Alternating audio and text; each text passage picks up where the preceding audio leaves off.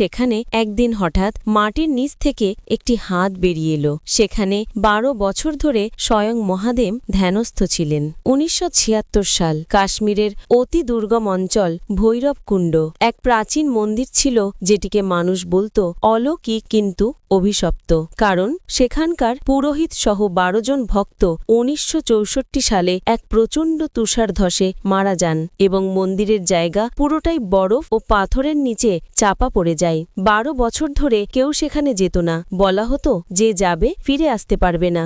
বিশ্বাস ছিল ওখানে কাল ভৈরব নিজে ক্রুদ্ধ অবস্থায় অবস্থান করছেন। কিন্তু 1976 সালে গরমকাল শুরু হলে মন্দিরের জায়গা কিছুটা পরিষ্কার হয়। এক তীর্থযাত্রী নাম রবীনাথ শর্মা সাহস করে ধ্বংসাবশেষের সামনে বসে শিব পাঞ্চাক্ষরী মন্ত্র জপ করতে থাকেন। তিনি বলেছিলেন, মহাদেব, যদি সত্যিই আপনি এখানে থাকেন তবে আমাকে কোনো চিহ্ন দেখান, আমি